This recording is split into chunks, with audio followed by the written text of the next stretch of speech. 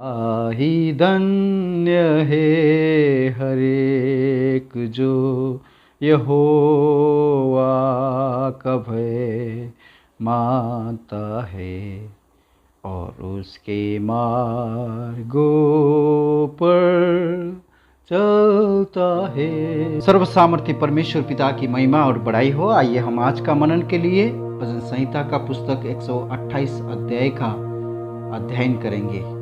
क्या ही धन्य है हर एक जो यहोवा का भय मानता है और उसके मार्गों पर चलता है।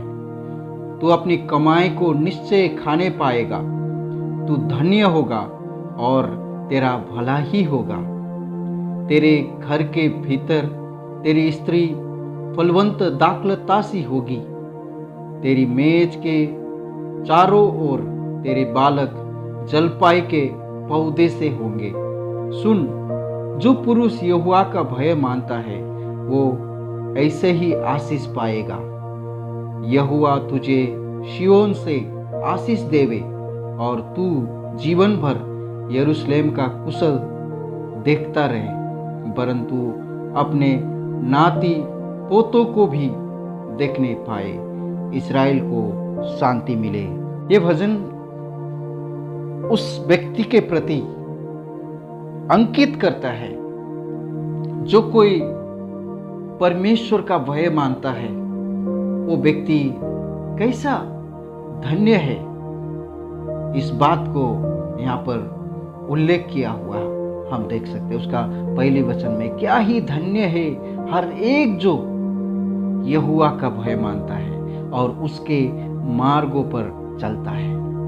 हर एक जो यहाँ पर ना तो कोई जाति को अंकित करते, ना तो कोई भाषा का उल्लेख करता, ना तो कोई राष्ट्र का उल्लेख करता है, परंतु वो हर एक जो यहोवा का भय मानने वाले लोगों को यहाँ पर दर्शाते हैं। लेवी व्यवस्था का पुस्तक 26 अध्याय का 3 वचन में यहाँ पर इस प्रकार से कहते हैं, यदि तुम मेरी विधियों पर चलो और मेरी आज्ञाओं को मानकर उनका पालन करो तो मैं तुम्हारे लिए समय समय पर मेह बरसाऊंगा तथा भूमि अपनी उपज उपजाएगी और मैदान के वृक्ष अपने अपने फल दिया करेंगे। हम परमेश्वर का वचन उत्पत्ति का किताब उसका 3 अध्याय में देखें तो परमेश्वर ने यहाँ पर मनुष्य को किस प्रकार से कहा है, तूने जो अपनी पत्नी की बात सुनी और जिस वृक्ष के फल के विषय में मैंने तुझे आज्ञा दी थी कि तू उसे न खाना, उसको तूने खाया है, इसलिए भूमि तेरे कारण श्रापित है। तू उसकी उपज जीवन भर दुख के साथ खाया करेगा और वो तेरे लिए कांटे और उटकटारे उपजाएगी और तू खेत की उपज खाएगा।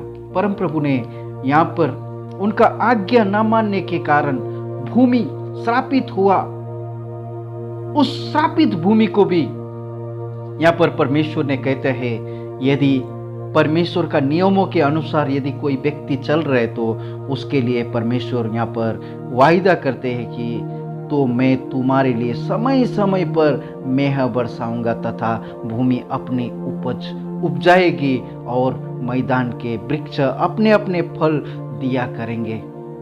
और उसका 13 वचन में कहता है, लेवी व्यवस्था का पुस्तक 26 का 13 कहते हैं, मैं तो तुम्हारे वो परमेश्वर यहोवा हूँ जो तुमको मिस्र देश से इसलिए निकाल ले आया कि तुम मिस्रियों का दास ना बनो, और मैंने तुम्हारे जुए को तोड़ डाला है और तुमको सीधा खड़ा करके चलाया है। परमेश्वर ने उनको किसी का दासत्व में थे, उस दासत्व से परमेश्वर ने निकालकर परमेश्वर का सामर्थ्य से चलाने के लिए, संसार में एक आदर्श व्यक्ति बनकर चलने के लिए परमेश्वर ने किसी को अलग करते हैं। इसलिए बाइबल कहती है, क्या ही धन्य है हर एक जो यहोवा का भय मानता है।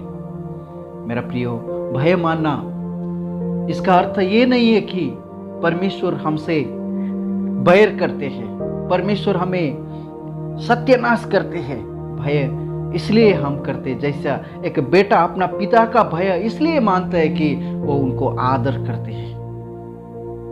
लेकिन जब हम परमेश्वर का पवित्र वचन में देखें तो प्रभु का वचन इस प्रकार से कहते हैं, यशायाह 1:3 कहते, बैल तो अपने मालिक को और गधा अपने स्वामी की चरनी को पहचानता है, परंतु इस्राएल तुझे नहीं जानता, मेरी प्रजा विचार नहीं करती।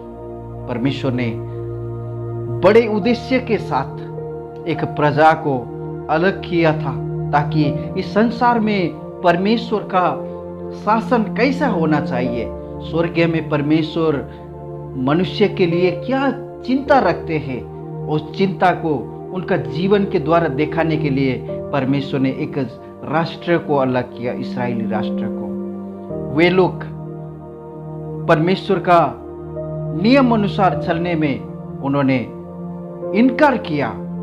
आज 2000 वर्ष हो गया, परमेश्वर ने कलीसिया को उसी जगह में स्थापना किया, ताकि अविश्वासी लोग जो उस सत्य परमेश्वर को नहीं पहचानते, वो लोग उनका जीवन को देखकर ये जाने कि इनका परमेश्वर जीवित परमेश्वर है। परमेश्वर ने एक एक को चुनकर इस संसार से अलग करता है, उनका वैभव को दिखाने के लिए। तो उनका जीवन किस तरह से एक अनुशासित होता है, भजन संग्रह 128 का 2 से लेकर आगे देखेगा तो तू अपनी कमाई को निश्चय खाने पाएगा। वो मेहनती हो रहे। बाइबल कहती है, दूसरा थेसलोनिका किताब, यदि कोई काम ना करे तो उसको भोजन भी ना देना। और उसका स्त्री के बारे में बताया 3 वचन में, तेरे घर के भीतर तेरी स्त्री फलवंत दाखलतासी होगी, तेरी मेज के चारों ओर तेरे बालक जलपाए के पौधे से होंगे। कितना एक अनुशासित एक परिवार हो रहे, उसका व्यक्तिगत जीवन वो एक मेहनती व्यक्ति बन रहे। और 4 वचन कहते हैं, सुन, जो पुरुष यहोवा का भय मानता है वो ऐसे ही आशीष पाएगा। यहोवा तुझे सिय्योन से आशीष देवे और तू जीवन भर यरूशलेम की कुशलता देखता रहे। एक आशीषित परिवार के द्वारा, परमेश्वर का भय मानने वाले एक परिवार के द्वारा परमेश्वर का मंडली आशीर्वाद हो रहा है। और उसका 6 वचन कहते, परंतु अपने नाती पोतों को भी देखने पाए, इस्राएल को शांति मिले। यहाँ पर परमेश्वर का पवित्र वचन कहता है वो नाती पोतों को भी देखने पाएगा। प्रेरित पौलुस तीमुथियुस के बारे में यहाँ पर कहता है, दूसरा तीमुथी का किताब उसका 1 अध्याय उसका 5 वचन में कहते, मुझे तेरे उस निष्कपट विश्वास की सुधि आती है जो पहले तेरी नानी लुईस और तेरी माता यूनिके में था, और मुझे निश्चय है कि तुझ में भी है। परमेश्वर का दास तीमुथियुस को जीवन को देखकर वो 3 पीढ़ी का याद करते हैं, न उनका नानी को याद करते हैं, उनका माँ को याद करते हैं, और उनका बच्चा को जीवन को देखकर अभी वो बोलते हैं कि मुझे निश्चयता है कि वो विश्वास जो विश्वास तेरे नानी में है, उसी विश्वास से वो व्यक्ति भी चल रहे। मेरा प्रियो, आज हमारा जीवन में अपने आप को परख कर हम देख सकते हैं मेरा व्यक्तिगत जीवन में कैसा विश्वास है और मेरा बच्चों में कैसा विश्वास है। मेरा प्रियो, बाइबल यहाँ पर कहती है, परंतु अपने नाती पोतों को भी देखने पाए। कौन सा उद्देश्य से यहाँ पर कहता है? यहाँ पर सांसारिक आशा से नहीं है, सांसारिक आशीषों से नहीं है। आपका घराना में एक व्यक्ति प्रार्थना करते हुए, एक व्यक्ति परमेश्वर की राह में चलते हुए आपका 3 पीढ़ी तक परमेश्वर का पवित्र वचन यहाँ पर वायदा करते हैं, इस्राएल को शांति मिले। और एक परिवार के द्वारा, एक ही जो परमेश्वर को भय मानता है, उसका जीवन के द्वारा परमेश्वर संपूर्ण राष्ट्र में आशीर्वाद करने का वायदा करते हैं। उसके जीवन के द्वारा हम देख सकते हैं। उत्पत्ति का पुस्तक 12 अध्याय में, जिसको हम नया नियम का वचन में गलातियों के पुस्तक में पढ़ेंगे तो विश्वासियों का पिता कहकर उनको संबोधन किया है। यहोवा ने अब्राहम से कहा, अपने देश और अपना कुटुंबियों और अपने पिता का घर को छोड़कर उस देश को चला जा जो मैं तुझे दिखाता हूं, और मैं तुझसे एक बड़ी जाति बनाऊंगा और तुझे आशीष दूंगा और तेरी नाम महान करूंगा और तू आशीष का मूल होगा। जो तुझे आशीर्वाद दे उन्हें मैं आशीष दूंगा और जो तुझे कोसे उसे मैं शाप दूंगा और भूमंडल के सारे कुल तेरे द्वारा आशीष पाएंगे। मेरा प्रियो, उन्हीं का विषय में परमेश्वर ने एक बहुत अच्छा स्टेटमेंट, जब हम उत्पत्ति 18 अध्याय के 18 वचन में पढ़ेंगे तो यहाँ पर हम इस प्रकार से पाते हैं, अब्राहम से तो निश्चय एक बड़ी और सामर्थी जाति उपजेगी और पृथ्वी के सारी जातियां उसके द्वारा आशीष पाएंगे, क्योंकि मैं जानता हूं कि वो अपने पुत्रों और अपने परिवार को जो उसके पीछे रह जाएंगे आज्ञा देगा कि वे यहोवा के मार्ग में अटल बने रहे और धर्म और न्याय करते रहे, ताकि जो कुछ यहोवा ने अब्राहम के विषय में कहा है उसे पूरा करे।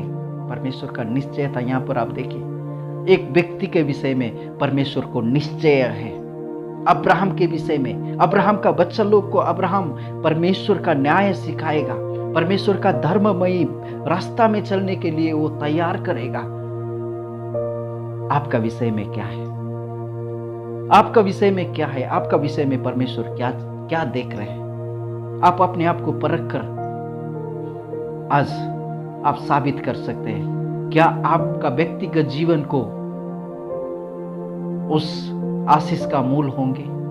क्या आपका परिवार उस आशीष का मूल होंगे? क्या आपका पीढ़ी आने वाला पीढ़ी परमेश्वर का राज्य में एक उपयोगी पात्र बनकर खड़ा होने के लिए आप दे रहे हैं? परमेश्वर इन सारे वचनों के द्वारा आपका जीवन में दया और अनुग्रह करे। आइए हम परमेश्वर को धन्यवाद करते हैं। पिताजी, धन्यवाद करते, स्तुति करते हैं भजन संहिता का पुस्तक 128 अध्याय के लिए प्रभु हम आपको धन्यवाद करते हैं। जिस आशीष के बारे में प्रभु 128 में आपने कहा, क्या ही धन्य है वो हर एक जो यहोवा का भय मानता है। प्रभु, आज ये आवाज को सुनने वाले हर एक का जीवन में आपको भय मानने के लिए, आपको प्रेम करने के लिए, आपका आज्ञा पर चलने के लिए प्रभु आप तैयार कीजिए।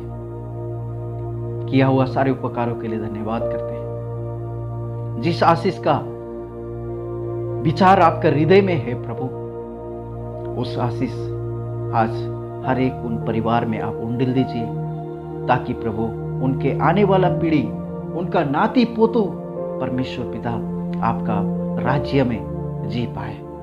हमारा ये प्रार्थना उद्धारकर्ता प्रभु यीशु मसीह के पवित्र नाम से मांगते हैं, सुनिए और ग्रहण कीजिए पिता। आमीन। May God bless you all.